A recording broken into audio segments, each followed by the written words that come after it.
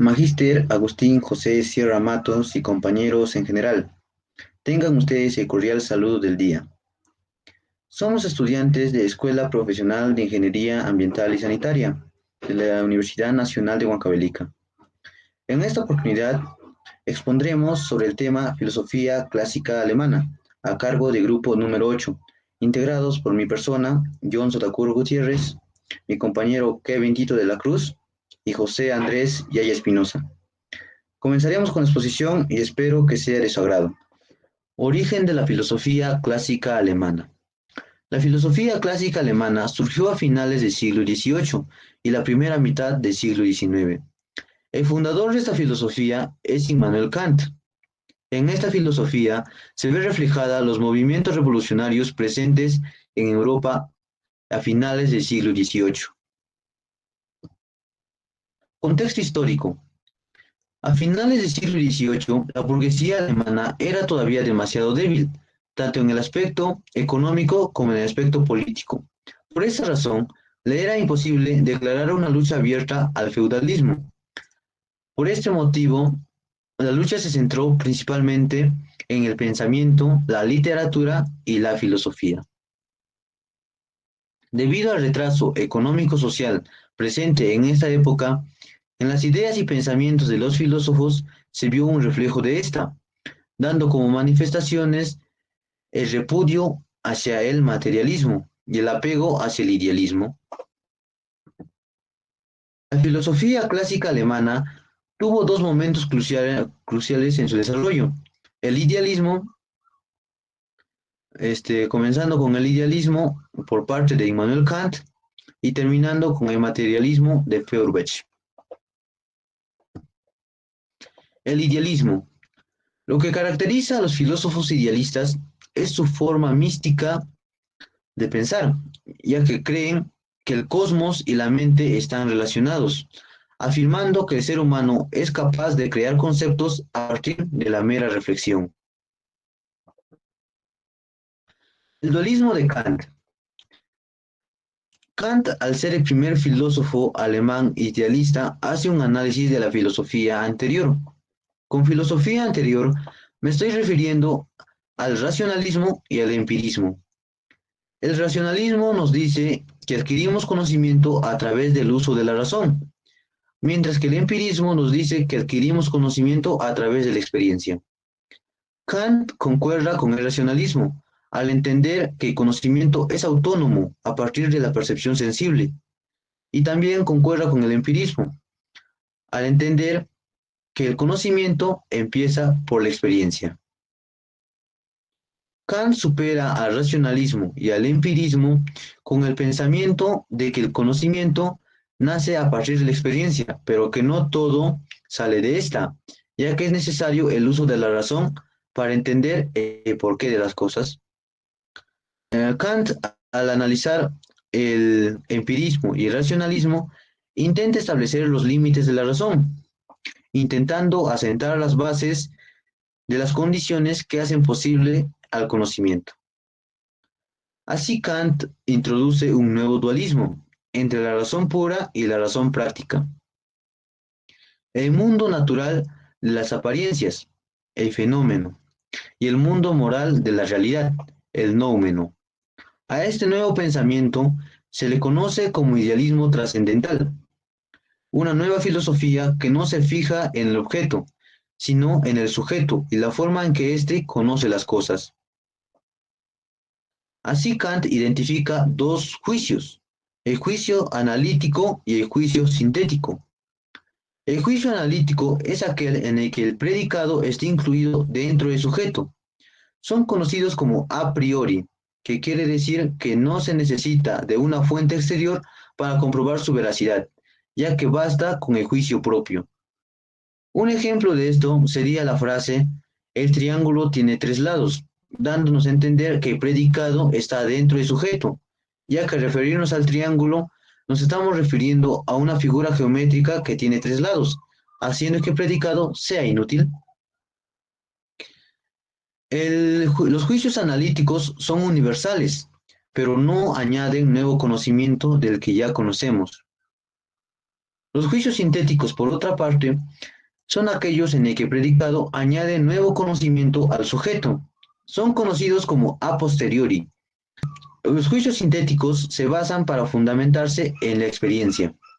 Un ejemplo de este sería la frase "la mesa es de color marrón", donde nos da a entender que el predicado, que en este caso sería de color marrón, está añadiendo nuevo conocimiento de que teníamos al solo conocer al sujeto, que en este caso es la mesa. Los juicios sintéticos añaden conocimientos, pero solo de sucesos particulares. El problema presente aquí es que los juicios analíticos son universales, pero no añaden conocimiento, mientras que los juicios sintéticos añaden conocimientos, pero solo de sucesos particulares y únicos. Lo que Kant quiere es fundamentar un juicio que aporte conocimiento y que sea universal. Así pues, nacen los juicios sintéticos a priori. Para Kant, el conocimiento se produce en el encuentro entre lo empírico, es decir, entre lo material que se percibe a través de los sentidos, y la forma, lo formal, que viene del sujeto y la forma en que éste percibe la realidad. Así pues, nos da a entender que nadie conoce la realidad en sí, solo lo conocemos a través de nuestra forma de pensar. La idealista subjetiva de Fichte. Fichte rechazó la doctrina kantiana sobre las cosas en sí, intentando deducir de un solo principio subjetivo idealista todas las formas de conocimiento existente. Busca unificar la doctrina de la ciencia. Para él, todo lo existente se deriva en dos partes, el yo y el no yo. El yo es la única realidad, la fuerza creadora, omnipotente, de la que derivan y coinciden todas las cosas. Todo lo que hay y debe existir salen del yo. Todo lo diferente al yo es solo una ilusión. Es el principio absoluto que unifica todo el saber. El no yo, por otro lado, es la naturaleza, quien según Fichte no existe objetivamente fuera del hombre. Fichte dice que la naturaleza es producto de las acciones del yo, el cual solo lo usa como un instrumento para lograr la convivencia armoniosa entre los seres racionales.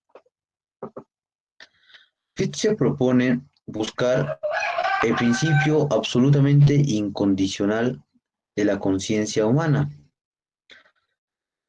proponiendo la infinidad del yo, argumentando que no existe otro principio formal ni material del conocimiento.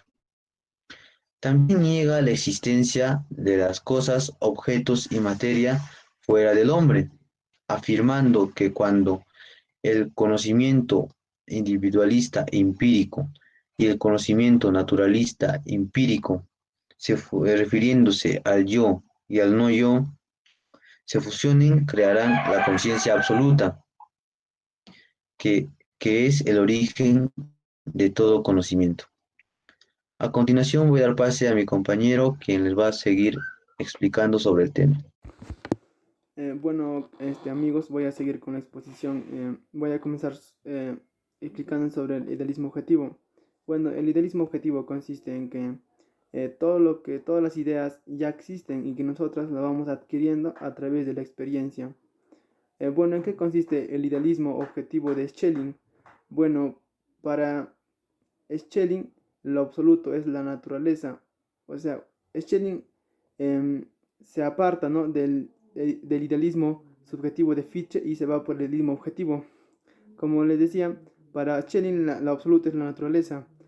Bueno, la filosofía de Schelling no es tan lógica, pero es intuitiva. Eh, bueno,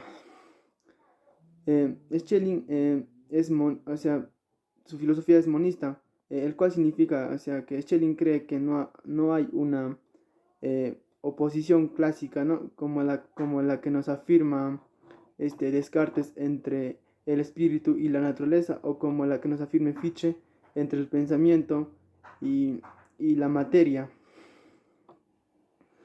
Bueno, para Schelling la vida es vitalidad. Bueno, esto parece una reafirmación, pero no, es lo que nos afirma Schelling. Para Schelling la vida es también movimiento, es fuerza, es una incesante evolución. O sea, quiere decir que la vida sigue en una constante superación, pero nunca va a llegar a la perfección. Bueno, un ejemplo sería que de lo inorgánico pasa al orgánico, y del orgánico pasa a lo consciente, y así, etcétera, ¿no? Bueno, para Schelling la vida es independiente. Nosotros, para pensar la vida, necesitamos estar vivos, pero pero la naturaleza no necesita de nosotros para que exista, o sea, no necesita que nosotros todavía lo pensemos para que ésta exista. Bueno, Schelling, a diferencia de otros filósofos que piensan em, que el universo es gracias a la conciencia de nosotros, o sea, Schelling piensa que la naturaleza está, ¿no? Ahí encima si nosotros no tenemos conciencia. Bueno, en un cierto modo, la filosofía de Schelling es panteísta, ¿no? Bueno, voy a seguir explicando sobre el idealismo objetivo de Hegel. Bueno, para Hegel, todo lo que existe es una manifestación de una única realidad llamada espíritu. O sea, nos quiere decir que todo lo absoluto para Hegel es el espíritu. Bueno, Hegel utiliza la dialéctica para poder explicar su sistema que él creó. Bueno, la dialéctica es lo que nos dice Heráclito es que es el constante cambio que se da en el universo, ¿no? Por ejemplo, una frase célebre de Descartes es todo fluye. Bueno, pero Hegel utiliza tres conceptos, ¿no? La tesis, antítesis y la síntesis. Bueno, la tesis y la antítesis siempre están en una contradicción. Lo que nos afirma Hegel es que, bueno, o sea, cada cosa para que exista necesita de su contradicción. Por ejemplo, el día necesita de la noche para que exista. Bueno, esta contradicción nos provoca la síntesis. Bueno, la síntesis es una evolución de la realidad a un nivel superior a partir o tomando en cuenta la contradicción, ¿no?, que se da entre la tesis y la antítesis. Pero la síntesis siempre toma en cuenta a la tesis y a la antítesis. Bueno, Hegel también nos habla sobre una frase: todo lo real es racional y todo lo racional es real. Bueno, ¿qué nos quiere decir? Que todo lo real es racional. Bueno, o sea que todo el mundo sigue una secuencia lógica. O sea que, por ejemplo, si yo tomo la decisión ahorita de viajar a Lima y estando allí en Lima me pongo a pensar, ¿no? ¿Qué hubiera pasado si hubiera tomado la decisión de viajar a Cusco? Lo que nos dice Hegel que esa decisión nunca hubiera existido, que nosotros estamos siguiendo, como dice, un destino, ¿no? Que esa era la única forma que nosotros hubiéramos podido viajar, ¿no? Por ejemplo, o sea, que nosotros, toda nuestra vida eh, es una secuencia lógica, o sea, que nosotros tenemos un destino el cual estamos siguiendo. Bueno, luego nos dice, todo lo racional es real, o sea, nos quiere decir que todo lo que nosotros deducimos de una manera racional se va a manifestar en la realidad. O sea, nos quiere decir que nosotros, si yo deduzco de una manera racional que mi madre, o sea, que mi madre, digamos, o que mi padre sería Bill Gates, digamos, entonces, si yo lo deduzco de una manera racional, eso va a ser cierto, o sea, que va a existir en la realidad. Eso nos dice el mismo objetivo de Hegel. Bueno, vamos a pasar al materialismo. Bueno, el materialismo es una corriente filosófica que nos afirma que todo en el universo es materia. ¿Qué quiere decir? O sea, que los seres humanos estamos sujetos a las leyes físicas y químicas donde gobiernan los átomos. Bueno, el materialismo no acepta un ser supremo. Mm, o sea que para el materialismo todo lo que vale en esta vida es materia. O sea que todo lo que nosotros podemos sentir o percibir con nuestros sentidos. Bueno, vamos a hablar ahora del materialismo de Feuerbach. Bueno, Feuerbach critica a la religión.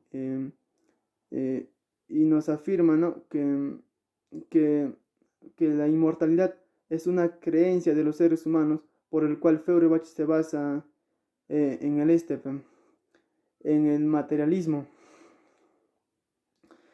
Bueno, Feuerbach también nos habla de la alineación o la enajenación, ¿no? ¿Qué nos quiere decir? Que un individuo o una persona no es uno mismo, o sea, que nos quiere decir que los elementos que lo componen a este individuo han sido de alguna manera quitados o robados de él, en lo cual estaríamos en una situación en la cual somos, pero no somos. Bueno, Feuerbach también nos afirma que la filosofía es independiente de la religión, que la filosofía tiene la tarea de criticar a la religión, mas no fundamentarla. Bueno, Feuerbach también nos afirma que Dios es una creación del hombre a su imagen, ya que el hombre no pudo explicar algunas interrogantes del universo, entonces lo que hizo fue crear a un ser supremo, el cual nos ayuda a resolver, ¿no? Las interrogantes que no podemos explicar de una manera racional. Bueno, también Feuerbach nos afirma que la ciencia apartará a Dios cada vez que ésta vaya avanzando, o sea que cada vez que la ciencia explique las interrogantes del universo de una forma racional, el Dios o Dios será apartado, ¿no? Bueno, ese es el pensamiento de Feuerbach. Bueno amigos, voy a seguir con la exposición sobre los representantes y voy a comenzar con Immanuel Kant. Bueno, Immanuel Kant nació en 1724 en la ciudad de Kokstadt, que antiguamente se llamaba Prusia, bueno, y falleció en el año de 1804. Sus padres fueron Johann Georg Kant y Anna Regina Reuter. Bueno, Immanuel Kant fue el padre del idealismo trascendental, que fue una corriente filosófica que prevaleció en Alemania en los principios del siglo XVIII y no, en los principios del siglo XVIII y finales del siglo XIX, ¿no? Bueno, entre sus escritos más importantes de Immanuel Kant están Crítica a la razón pura, en el cual nos trata de explicar la estructura sobre la razón, ¿no? Bueno, también escribió obras importantes como Crítica a la razón práctica, Crítica, bueno, Crítica del juicio y entre otras obras importantes. Bueno, esta sería mi presentación, la presentación por mi persona. Gracias. Muy buenas tardes, profesor y compañeros en general. En esta oportunidad les voy a explicar sobre los propulsores de la filosofía clásica del siglo XIX. Voy a empezar con un gran importante filósofo de la filosofía clásica del siglo XIX, que es Hegel Georg Wilhelm, que nació en el año 1770 y falleció en el año 1830.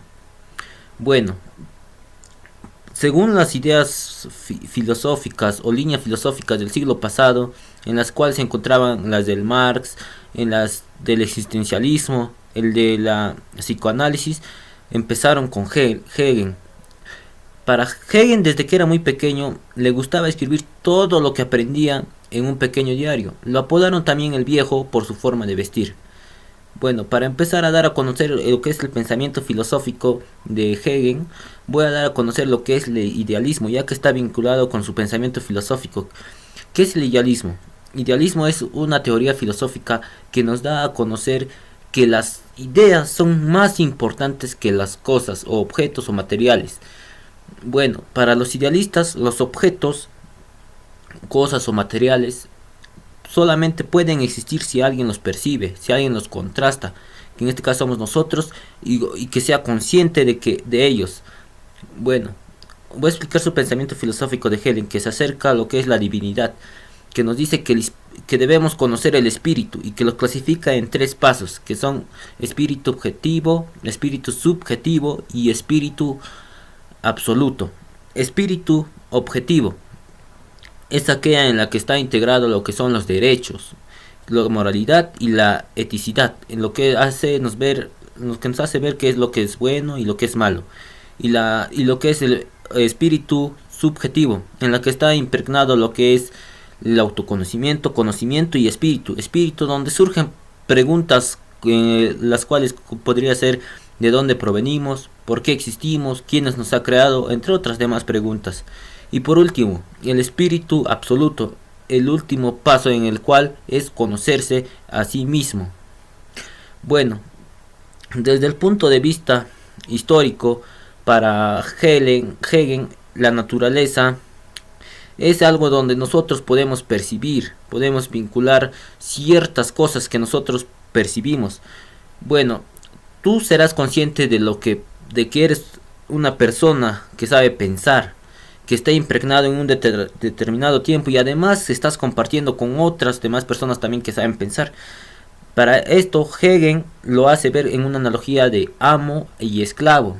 Amo es aquello que está confinado por la pasividad, y esclavo es aquello que es independiente por sí mismo, aquello que prefiere la libertad. Y por último voy a explicar la dialéctica de Hegel, que se concentra más que nada en tres procedimientos. El primero, que consta de la tesis, nos dice que es una afirmación de un enunciado; la antitesis, la negación de la tesis; y la síntesis, que es la mejoración o superación de ambos, tanto como tesis y antitesis. Bueno, continuando con uno de los grandes, otro propulsor, que es Schelling Friedrich, que nació en el año 1775 y falleció en el año 1854.